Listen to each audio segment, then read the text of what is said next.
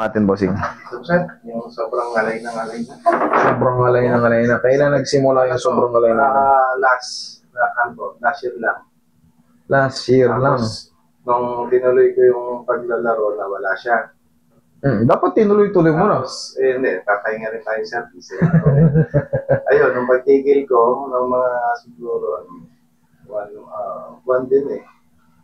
Tapos yun, parang bigla na siyang bumalik. Ito na naman, so ilang linggo na ito. Isang buwan. Sige, tignan natin. So, wala yung pag nagmumotor ako. Check. Okay, hindi naman siya frozen. Malamang nagbago lang itong position ito. Pero ito, sir. Ito, tsaka to. Pero hindi ko alam kung may connect, sir. Nadisira siya kasi dati sa motor eh. Tapos, Mali yung itong color. ay, meron yan. Tapos dito, Sir, may connection yan kasi may talop yan eh. pero Ano ba yung talop?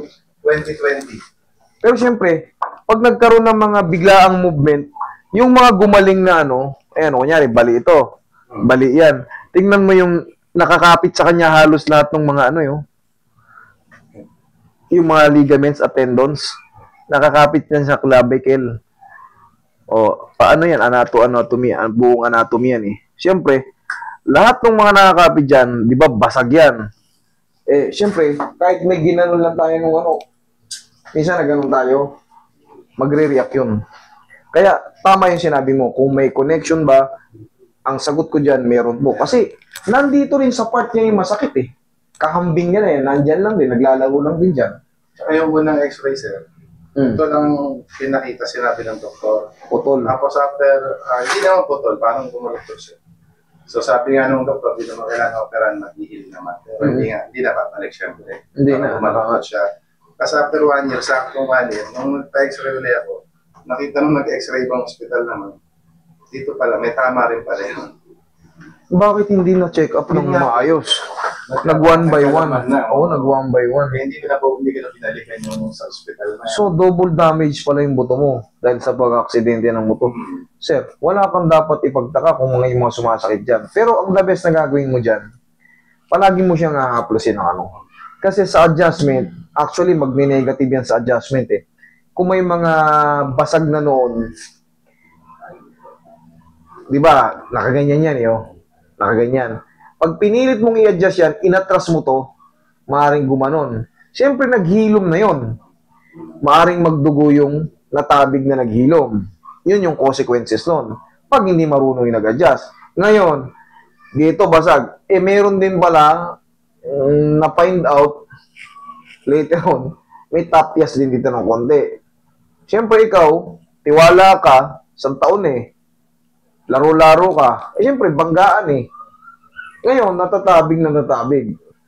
Siyempre, yung mga ligaments at tendons at muscle na nakasaklob dyan, habang nalalamog, habang nagagalaw yung ano, siyempre, magsuswell yun. Yun na yung sigurong nararamdaman mong alay, sir. Pero sa akin lang, sir, naramdaman ko rin, nung tumigil ako maglaro, nag-stop ako. Parang sasakyan din tayo, no? Iba yung pagsasakyan, ginagamit mo, okay lang eh. Kasi nung last year nga, sir, nilalaro ko, nawala, natanggal siya. Talagang nilaro ko siya halos every week or 2 beses sa isang linggo. Tapos nung tumigil ako, medyo busy, yun. Parang nga tumatagal, nararamdaman ko na naman, ngalay na naman. Sige, ang gagawin natin, pero same procedure pa rin ako, mag-i-stick ako kung saan ang kabisado ko, pero aalalayan ko yung basag. Yun lang gagawin mo. Pero ano na to, sir? 2020.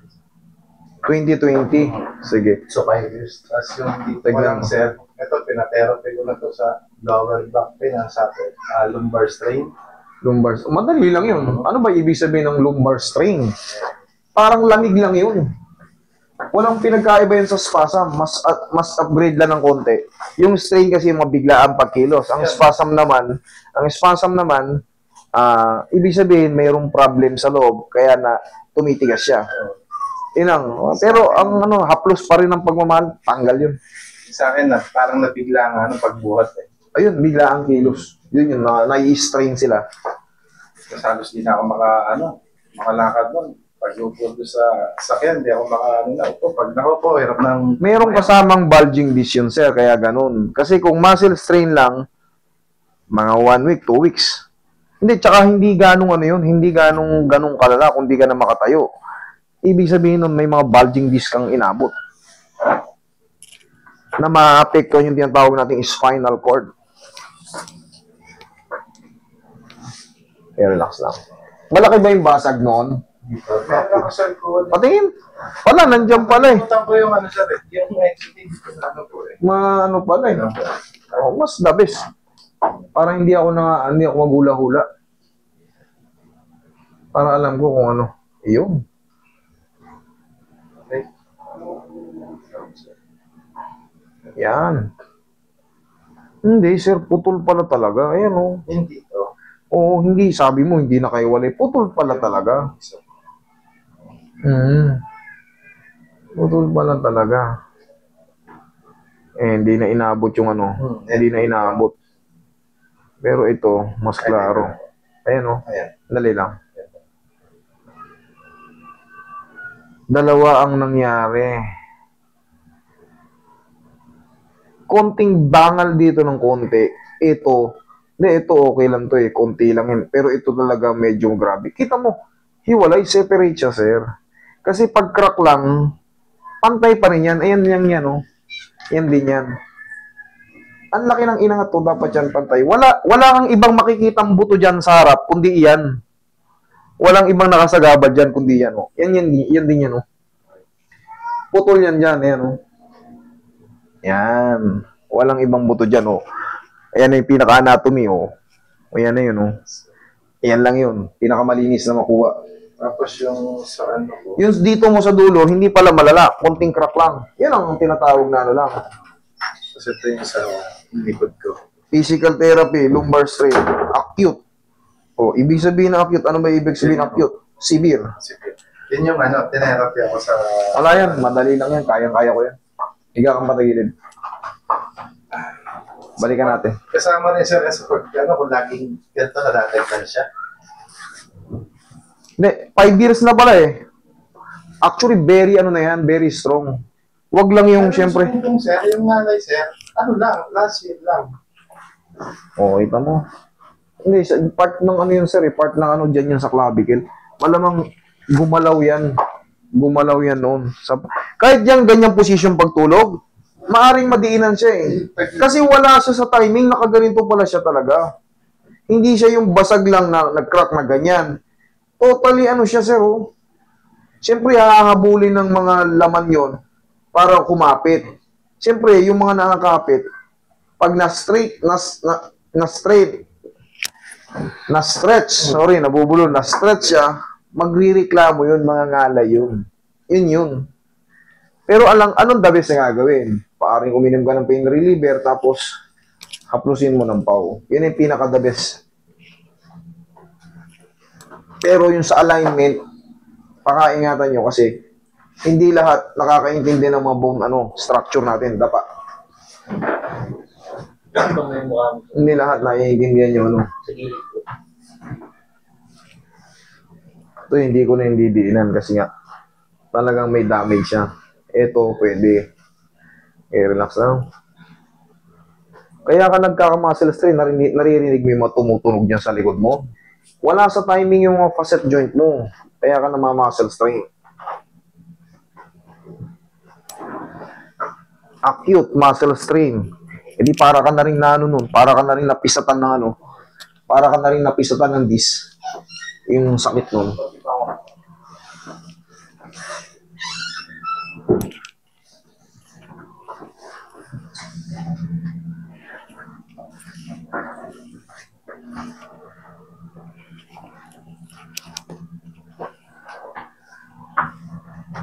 Pero yan sir, pag napahinga yan, kusa rin maghihilom yan.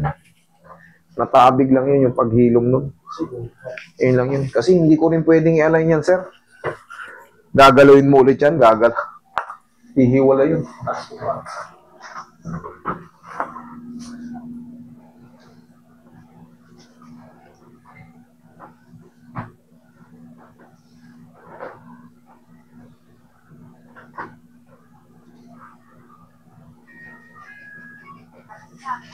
Yeah.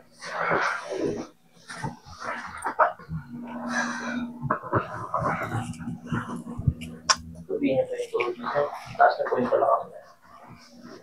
Sige po. Yan, lagay sa tiyan yung kamay.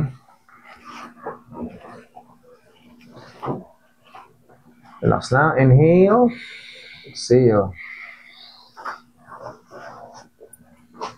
Diyan ka lang muna in a few seconds. Hold. Sige po.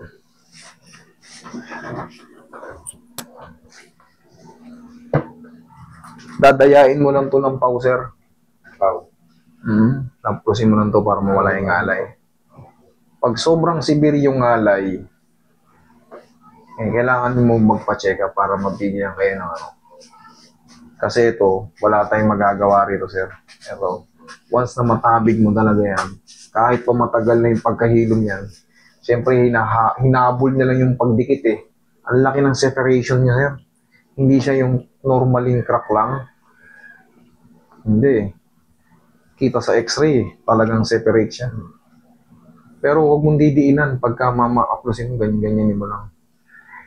Kahit pa paano, marirelieve ka dyan. Kumbaga, mawawala yung ngalay. Yun dito, tapyas lang ng konti eh. Kahit pa paano, hindi malayo. Yung alay, sobrang ano eh. Yung alay niya, sakit niya eh. Parang, Oo. Ikaw, check mo ngayon. Tignan mo kung ngalay pa. Angat mo kamay mo. Oh. Ano? Sabi mo, sir. Meron pa. Meron pang konti. Okay lang yun. Sabihin nyo lang pagka ano. Kasi, dadagdagan pa natin. Pero pagka konting-konti lang, siyempre, kailangan yan, may pahinga lang. Pero yan sinasabi nila na Ano, sir? i-iaan ako sa pader kung kaya mo i-stretch or Ganito, sir. i-exercise. I-estimatein mo ito, yung position nito, pag hinang mo ng ganun. Dito mo muna subukan. Tingnan mo yung magiging reaction ng buto. Tingnan mo yung magiging reaction ng buto. Kung nagkakaroon ba siya ng epekto or magkakaroon ng movement na patwist. Ibig sabihin, hindi magiging suitable yan dito. Kasi pag nag-twist to, gagalaw yung pagkakadikit. Siyempre, magkikreate ng ano yun. Magkikreate ng ano. Ang pinaka-the best na position, ganito, higa ka. Ang pinaka-the best na magiging position mo dyan, pag nangangalay, ganyan. Oh, nangangalay siya? Hindi. Oh, yan ang. Lalagyan mo siya ng suportang unan. Pag nangangalay siya, hahanapin mo yung komportableng posisyon. Hindi yung hahanapin mo yung... Kasi pag ginanyan mo yan, gagalaw yung clavicle. Siyempre, magkakaroon ng movement ng pag ganon. Pero pag yan, sinapo mo, uy, ito pala tama. Okay? Siyempre, kumbaga, alam ko yung bone structure natin, kumbaga, mas kabisado ko. Kaya mas masasabi ko kung ano yung tamang posisyon. Lagyan mo lang ng una niyan. Okay? Sige. Ayun, sir, ganun ang ano. Para pag nakakapahinga ka sa bahay, alam mo yung hahanapin mo lang. Maglagay ka ng dalawang unan o isang unan, ililipat-lipat mo. Kanyari, naggumanong ka, nakahiga ka, nilagyan mo ng isang unan. Kunti pa. Usog mo yung unan. Ayan. Yan, okay. Tayo na magtatansya. Okay, sir? Tapos, yan kasi ang mangyayari dyan, habang napapahinga yan, naghihilom din yung stress ng ligaments at mga tendons. Okay, sir? Okay. Thank you so much. Okay, sir.